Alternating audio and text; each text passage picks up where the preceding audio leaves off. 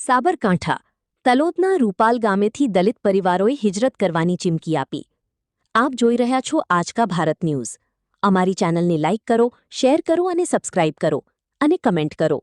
સમાચાર વિગતવાર। સાબરકાંઠા જિલ્લાના તલોદ તાલુકાના રૂપાલ ગામના દલિત સમાજના લોકોએ કલેક્ટર અને એસપી કચેરી ખાતે પહોંચીને આવેદનપત્ર પાઠવ્યું છે। 7 દિવસમાં ન્યાય નહીં મળે તો આખું ગામ છોડીને હિજરત કરવાની ચીમકી ઉચ્ચારવામાં આવી છે। દલિત સમાજના અગ્રણી રેખાબેન સોલંકી અને સ્થાનિક રજૂઆત કરતા વિષ્ણુભાઈના જણાવ્યા અનુસાર ગામના અસામાજિક તત્વો અને અન્ય ઉચ્ચ જ્ઞાતિના લોકો દ્વારા દલિત સમાજના લોકો સાથે અમાનવીય વ્યવહાર કરવામાં આવી રહ્યો છે। છેલ્લા ઘણા સમયથી ગામમાં દલિતોને મૂછો રાખવા પર, સારા કપડાં પહેરવા પર તેમજ લગ્ન પ્રસંગોમાં વરઘોડો કાઢવા કે ઢોલ નગારા વગાડવા પર પ્રતિબંધ જેવા કડક નિયમો થોપવામાં આવી રહ્યા છે। રસ્તા પર નીકળવા બાબતે પણ હેરાનગતિ કરવામાં આવે છે અને જાતિસૂચક શબ્દો બોલીને અપમાનિત કરવામાં આવે છે। તેમણે વધુમાં આક્ષેપ કર્યો હતો કે રૂપાલ ગામમાં અગાઉ પણ 7થી વધુ વખત એટ્રોસિટીની ઘટનાઓ બની ચૂકી છે। આ મામલે રાજકીય અને સામાજિક આગેવાનો આવીને દર વખતે સમજાવટથી મામલો થાળી પાડી દે છે, પરંતુ થોડા સમય બાદ ફરી આ પ્રકારની ઘટનાઓનું પુનરાવર્તન થાય છે। ગામમાં દલિત સમાજના આશરે 35થી 50 જેટલા ઘરો આવેલા છે, જ્યારે અન્ય સમાજની વસ્તી ખૂબ વધારે છે। વારંવારની હેરાનગતિ અને અન્યાયથી કંટાળીને આખરે સમગ્ર દલિત સમાજે ભેગા મળીને કલેક્ટર, એસપી તેમજ સંબંધિત સાંસદ અને ધારાસભ્યને આવેદનપત્ર આપવાનું નક્કી કર્યું છે। જો આગામી 7 દિવસમાં તંત્ર દ્વારા આ મામલે કોઈ યોગ્ય ન્યાયિક પગલાં લેવામાં નહીં આવે તો તેઓ ગાંધી ચિંધ્યા માર્ગે આખું ગામ છોડીને હિજરત કરી જશે તેવી ઉગ્ર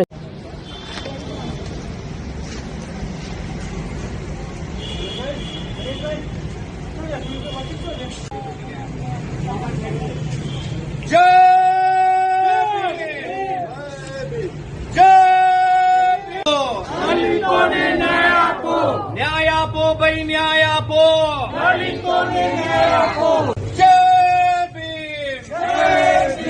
न्याय आपो भाई, न्याय आपो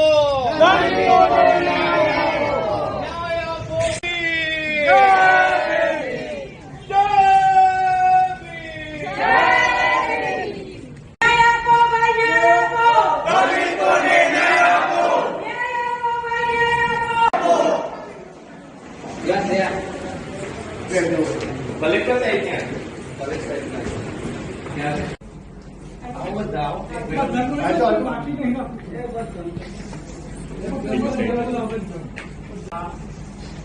દારૂનું એટલું બધું પ્રમાણ વધી ગયું છે, જાતિવાદ ઓલરેડી છે જ મેડમ।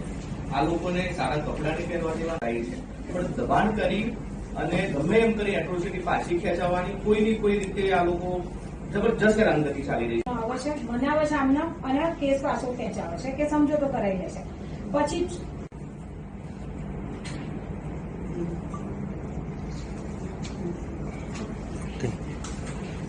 પહેલા તમારું નામ બોલો। મારું નામ વિષ્ણુ, તલોદ તાલુકાના રૂપાલ ગામનો વતની છું અને છેલ્લા આજે આઝાદી મળે 75 વર્ષ થયા ત્યાં સુધીમાં અમારી દલિતોની પરિસ્થિતિ ક્ષત્રિય જોડે એટલી બધી ભયંકર થઈ ગઈ છે કે અમારે અત્યારે હાલ ગામ છોડવાનો એમ કે છેલ્લી પરિસ્થિતિ આવી ગામ છોડી દે એવી, બરાબર। તો અમે અહીંયા આજે કલેક્ટર કચેરીએ હાજર થયા છીએ અને જો 7 દિવસમાં અમને ન્યાય નહીં મળે તો અમે અમારું સંપૂર્ણ રૂપાલ ગામ બધા અમારા જે સમાજના જે દલિત સમાજના ભાઈઓ છે બધા અમે ગામ છોડી અને હિજરત કરી દઈશું, બરાબર। અને એ માટે આજે કલેક્ટર કચેરી આવેદનપત્ર આપીએ છીએ સાહેબશ્રીને। અમને મૂછો નહીં રાખવાની, સારા કપડાં નહીં પહેરવાના, ગાડી ચલાવો તો કે તમારે અમને સાઈડ આપી દેવાની, બરાબર। વરઘોડા કાઢીએ તો વરઘોડાની અંદર સાધનો લાવી દે છે કે ભાઈ આ તમારે આપણે વરઘોડો ચાલુ હોય તો કે ભાઈ તમે સાઈડ આપી દો, તો અમારે વરઘોડો થોડો બંધ કરી દેવાનો, ગામમાં વરઘોડો નહીં લઈ જઈ શકતા અમે, બરાબર। આવી બધી ઘણી બધી પરિસ્થિતિ ગામની અંદર અમને તાલાવ તો ગલ્લા બંધ કરી દે, કોઈ વસ્તુ આપતા નથી, બરાબર। આવી બધી ઘણી બધી સમસ્યાઓ છે, બરાબર। અમને અનુસૂચિત અમારા જાતિ વિષયક શબ્દો બોલે છે, બરાબર। અને અમને ખરેખર હવે આ બાબતથી બહુ એટલો બધો કંટાળો આવી ગયો છે કે અમે હવે છેલ્લા અણી પરથી 6-7 એટ્રોસિટી દાખલ કરી, અમને કોઈ ન્યાય નહીં મળે એટલે છેલ્લે કલેક્ટર સાહેબશ્રીને અમે આવેદન આપીએ છીએ કે હવે જો તમે 7 દિવસની અંદર ન્યાય નહીં આપો તો અમે આ ગામ છોડી અને હિજરત કરી દઈશું। હું રેખાબેન સોલંકી પ્રાંતિજના રહેવાસી છું અને હું અનુસૂચિત જાતિના દલિત સમાજમાંથી આવું છું ને હું મારા સમાજની આગેવાન છું। હવે ઘણા સમયથી એમ કે દુનિયા ચાંદ સુધી પહોંચી પણ અમુક જ્ઞાતિમાં જે અસામાજિક તત્વો છે ને એ લોકોની માનસિકતા હજુ પણ મનુવાદીઓ જેવી છે કે એ લોકો માણસને માણસ ગણતા નથી. જેમ કે અત્યારે અમારા સમાજના જે લોકો છે એમની અંદર અત્યારે સૌથી વધારે એજ્યુકેશન અમારા સમાજમાં છે, ભણેલા ગણેલા છે, તો ગાડી બી લાવી શકે, બંગલો બી રાખી શકે, લગ્નમાં ઢોલ નગારા વગાડી શકે, બેન્ટવાજા વગાડી શકે, મૂછો બી રાખી શકે અને ઘોડી પર બી જઈ શકે. પણ ખબર નહીં આ લોકોને શું એમની જોડે એવું વ્યવહાર કરે છે કે જ્યારે પણ કોઈ સારો પ્રસંગ હોય સમાજની અંદર તો આ દૂષણ લોકો આવી અને અમને હેરાન પરેશાન કરે છે. રોડ ઉપર નીકળ્યો તો કે રોડ ઉપર કેમ નીકળ્યો છો, આવી ઘણી બધી પરિસ્થિતિઓ છેલ્લા ઘણા વર્ષોથી દરેક ગુજરાત કે ઇન્ડિયાના દરેક જગ્યાએ દલિતોને પરેશાની મુશ્કેલી થાય છે. તો એના માટે અમે તંત્રને જાગૃત કરવા આવ્યા છીએ કે અમારી આવી પરિસ્થિતિ કેમ. અને રૂપાલ ગામે આવું પહેલાં 7 વખત એટ્રોસિટી થઈ છે. આગેવાનો આવે છે, રાજકીય આવે છે, સામાજિક આવે છે, મનાઈ ફોસલાઈ અને પછી આ મામલો ઠાળો પાડે છે.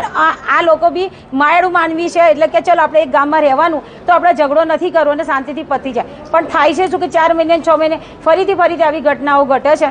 આથી કંટાળીને આખું ગામે નક્કી કરી શકે અમે હિજરત કરીએ, ગાંધી સીધા માર્ગે એમ જો અમને ન્યાય ના મળે તો અમે ગામ છોડીને જતા રહીશું.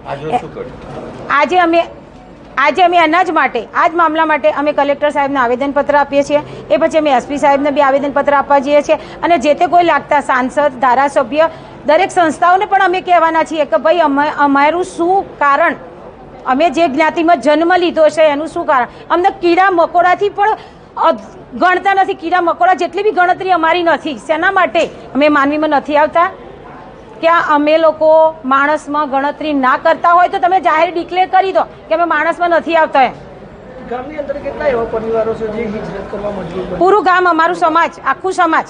કેટલી સંખ્યા છે? અમારા લગભગ 30-35 ઘરો છે અને બીજા ઘરો ગણીને બીજા સમાજના લોકો કંટાળીને આ જ સમાજમાં, એટલે અમારી અનેક ભિન્ન જ્ઞાતિઓ આવે છે, વાલ્મીકી છે, તુરી છે, તરગારા છે, વણકર છે, ચમાર છે, એમાં ઘણા લોકો અત્યારે પહેલેથી કંટાળીને જતા રહેલા છે. કારણ કે રોજના ઝઘડાથી અને પહોંચી નથી વળાતું, કારણ કે એમની 500 જેટલી વસ્તી ઘરો અને આ લોકોને માત્ર 40 કે 50 ઘરો, એટલે પહોંચી નથી વળતા. એટલે કંટાળીને અમે સરકારના હસ્તે આવ્યા છીએ કે તંત્ર અમારી સામું જુએ. મિત્રો, એક ચોંકાવનારી ઘટના સામે આવી છે. સાબરકાંઠા જિલ્લાના પ્રાંતિજ તાલુકાના રૂપાલ ગામે દલિત સમાજની બહેનો, માતાઓ એ મીડિયા સમક્ષ એવું નિવેદન કરી રહી છે કે શું અમારી ગણના કીડા મકોડા જેટલી પણ નથી? એટલું ખરાબ ભેદભાવ ભર્યું વર્તન ગામમાં અમારી સાથે કરવામાં આવે છે. ગામમાં કોઈ સારો ખોટો પ્રસંગ હોય ત્યાં દલિતો સાથે ડિસ્ક્રિમિનેશન, ભેદભાવ થાય. દલિત સમાજના યુવાનો સારા કપડાં પહેરે, સારી ગાડીઓ, સારા વાહનો લાવે, સારી રીતે રહેતા જીવતા હોય તો ગામના અમુક જાતિવાદી તત્વોને સહન થતું નથી.